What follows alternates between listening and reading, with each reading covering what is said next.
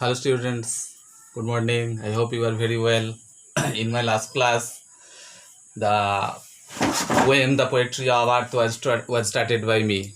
Hopefully you have watched the class, you have understood the announcement given by me, and hopefully you have understood what John Keats is going to say, is ready to say about the poem, The Poetry of Earth. In my last class, you came to know that the poetry of earth, the phrase means music in nature or the song of the earth.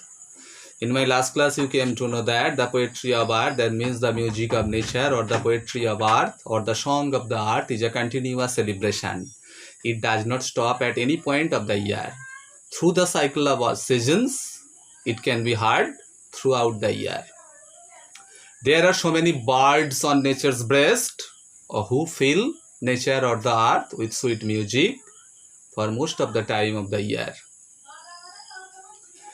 When the scorching heat of the summer comes, on nature's breast there appears the small chirping insect, grasshopper, to fill nature with sweet music, because all the calling birds are silent then.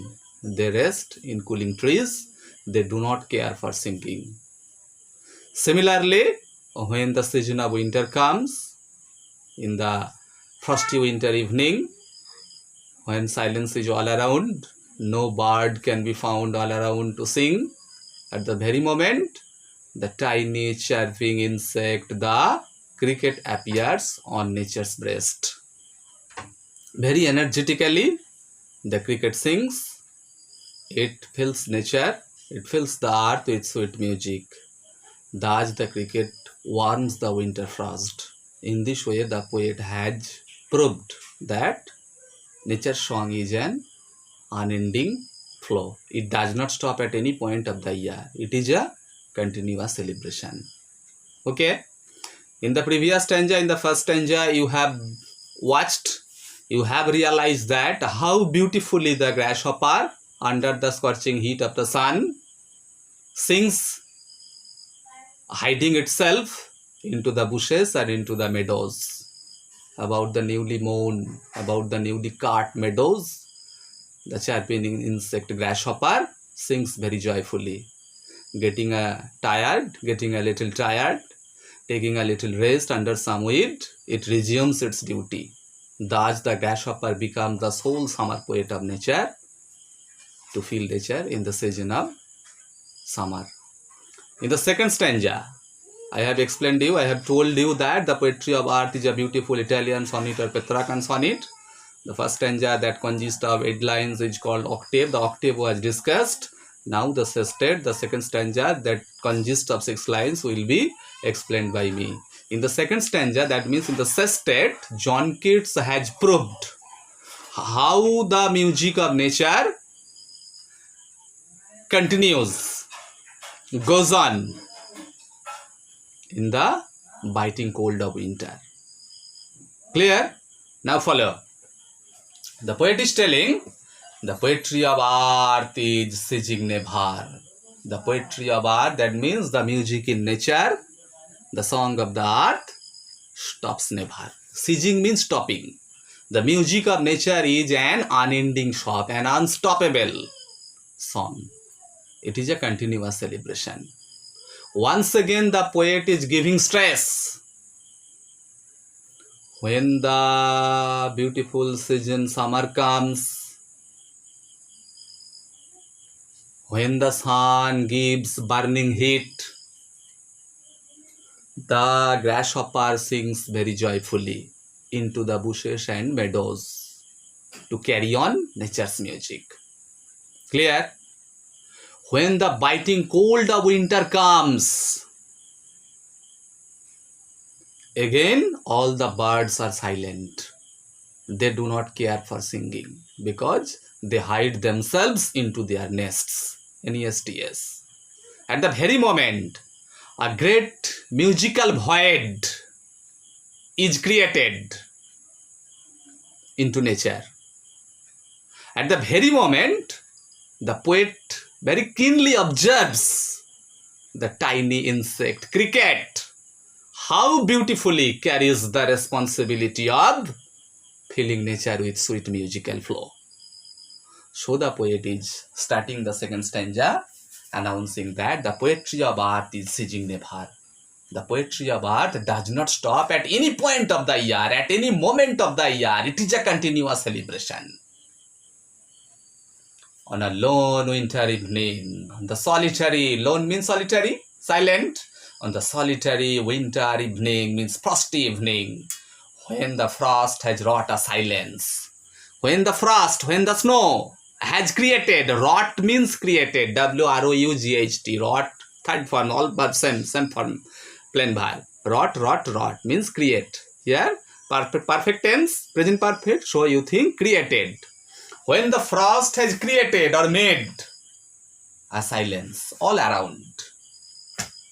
At the very moment, from the stove, means from the spot of the fireplace, from the place of the log fire. In the first prose page, the eyes have it, you got one term, log fire. In Mussoorie, in the month of October, when a traveler is present, sitting in front of a log fire, sitting in front of a wooden fire, a traveler can enjoy beautiful warmth of winter, taking a sweet sip, taking a sweet drink of brandy. In the first prose piece, the eyes have it, you got the term log fire. Here you can think similarly. Stove means the poet here means to say log fire, the wooden fire, the fire made of wood. Or in simply you can think fireplace. So from the spot of the fireplace, there are shrills, there are shouts very loudly. Shrills means shouts, high pitched voice, very loudly shouts or screams. The grasshopper song, the cricket song. Cricket you follow, C is capital, that means personification, a beautiful touch of personification given by John Keats. So here cricket is not a little insect. It is not a chirping little insect. It is like a responsible, dutiful human being. It is the sole summer poet. It is the sole winter poet. The responsible musician of winter season of nature. For the very reason, C is capital letter.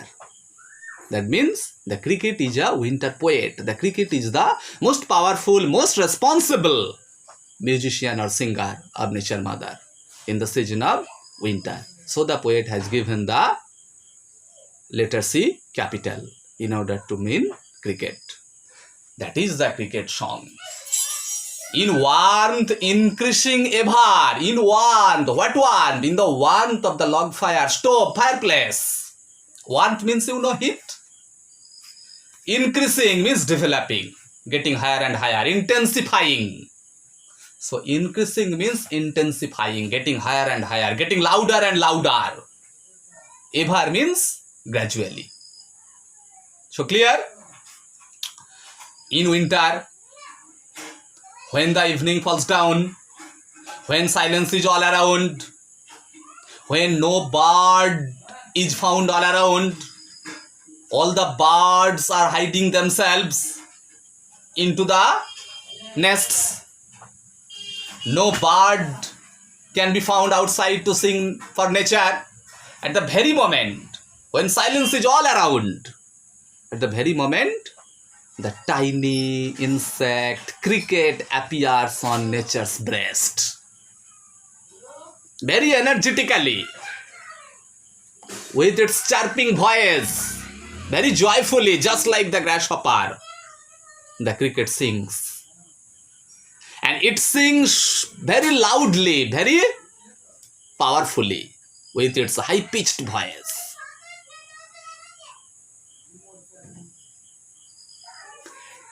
It enjoys the sweet warmth, W-A-R-M-T-H, the sweet warmth of the log fire, the sweet warmth of the fireplace. And getting the beautiful touch, getting the warmth of the log fire, the cricket sings louder and louder. its beautiful voice becomes higher and higher. Gradually it is intensifying. So the poet is telling, in warmth of the fireplace, the beautiful voice of the grasshopper gets higher and higher. So it is increasing ever and ever. It is increasing gradually. That means the cricket sings very joyfully, just like the grasshopper. It sings so joyfully, it sings so beautifully that now the poet is telling what happens then. And seems to one means one man. One man thinks that. Seems means gauges, taking the idea, thinks that. In drowsiness means in the sleepy state, half sleep state. Drowsiness means the sleepy state, half sleep state. Dodging state, D-O-Z-I-N-G. Half lost means half asleep. A man in winter evening who is half asleep, who is in subconscious mind, who is in half conscious mind. Such a person, such a drowsy man assumes that, or seems that, or thinks that the grasshopper is, apostrophe S means is, the grasshopper is present among some grassy hills, among some hills of grasses. Grassy hills means the hills that are covered with grasses. The hills that are covered, which are fully covered with grasses, green grasses. So the poet is telling grassy hills. So clear? On the frosty winter evening, when silence is all around, when no bird is present on nature's breast to fill nature with sweet music, at the very moment when a great musical void is created in nature, the little insect, the tiny chirping insect, cricket appears on nature's breast, hiding itself into the bushes, into the grasses, into the trees, into the hills. The cricket sings very joyfully and energetically. And the tiny cricket sings so joyfully, so energetically, so beautifully that a man in subconscious mind, in half-conscious mind, or in drowsy mind, or in half-asleep mood, mistakenly thinks that it is not the beautiful song of the cricket. He thinks that it is the beautiful song of the grasshopper. That means the warmth of the cricket is so beautiful, so charming that this warmth of the cricket song leads him imagine, think the beautiful presence of the grasshopper in the grassy hills. Clear? Actually, in the frosty winter evening, the cricket sings in the grassy hills. But the cricket sings so joyfully, so beautifully, so energetically that a man in drowsy mood, generally a man is in drowsiness on the lone or solitary silent winter evening, because in winter evening we all the people get sleepy very early. So the poet is telling one man who is in drowsiness, who is in half conscious mind or subconscious mind in the lone winter evening, mistakenly he thinks that the grasshopper has come into nature's breast with its beautiful voice. So, the warmth of the cricket song leads one to imagine the presence of the grasshopper on nature's breast.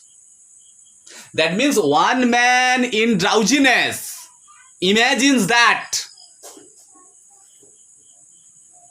the adverse time of winter, the sufferable time of winter has gone.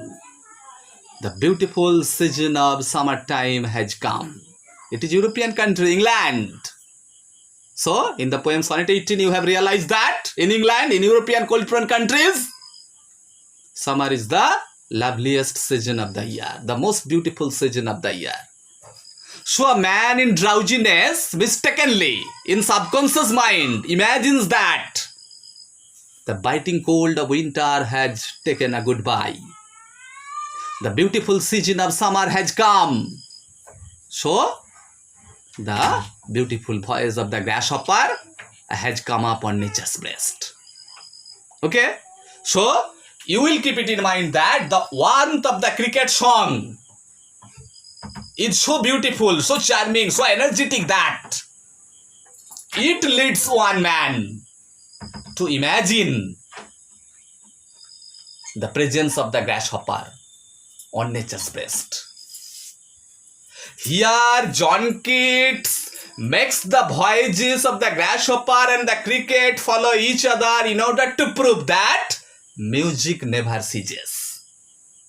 So here, John Keats wants to prove that music of nature, the song of the earth, ceases never. It is a continuous celebration. It is an unending song. So the poet very joyfully, very powerfully has announced that the poetry of earth is never dead.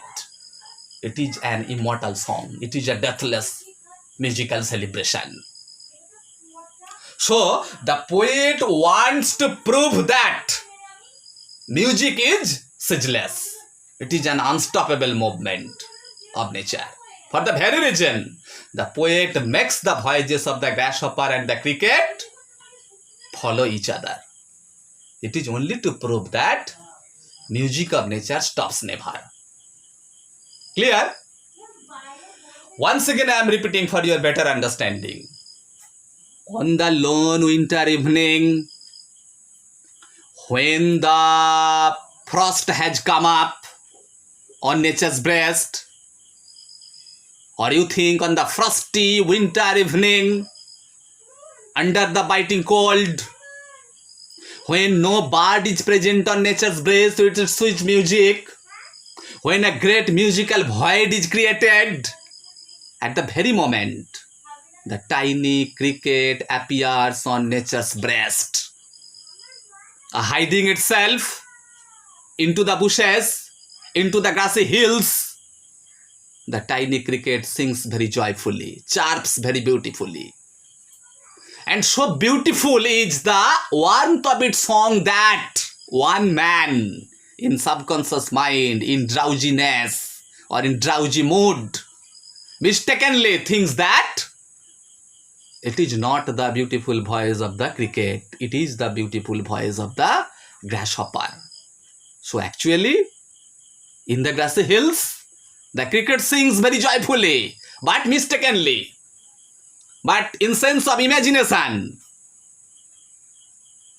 One man in drowsiness thinks that, assumes that the grasshopper has come up on nature's breast with its sweet music. That means the sufferable, adverse season of winter has gone.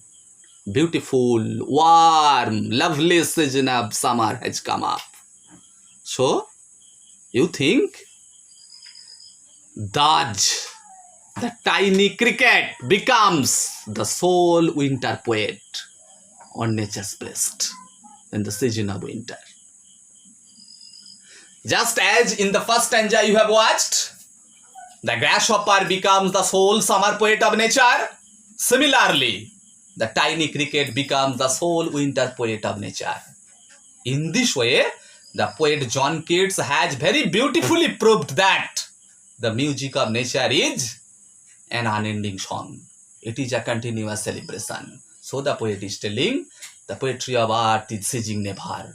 The poetry of earth is stopping never. It is a continuous celebration. It is an immortal song of nature.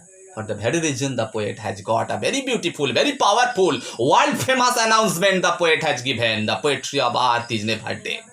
Really, the poetry of earth is a deathless celebration of music.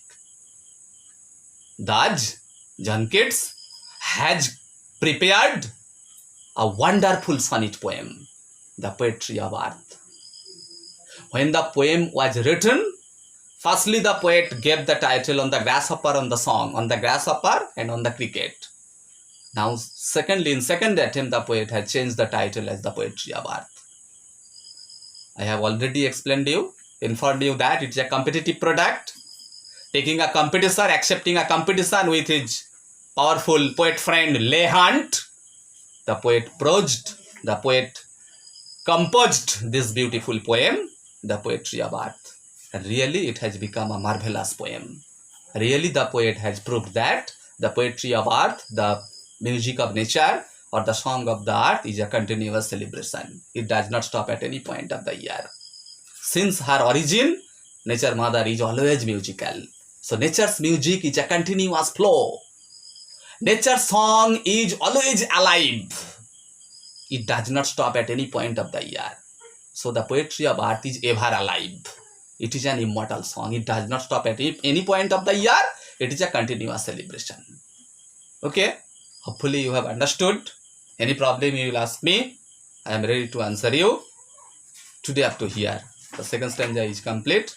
In my next class, the question answer phase will be given. Today up to here. Goodbye.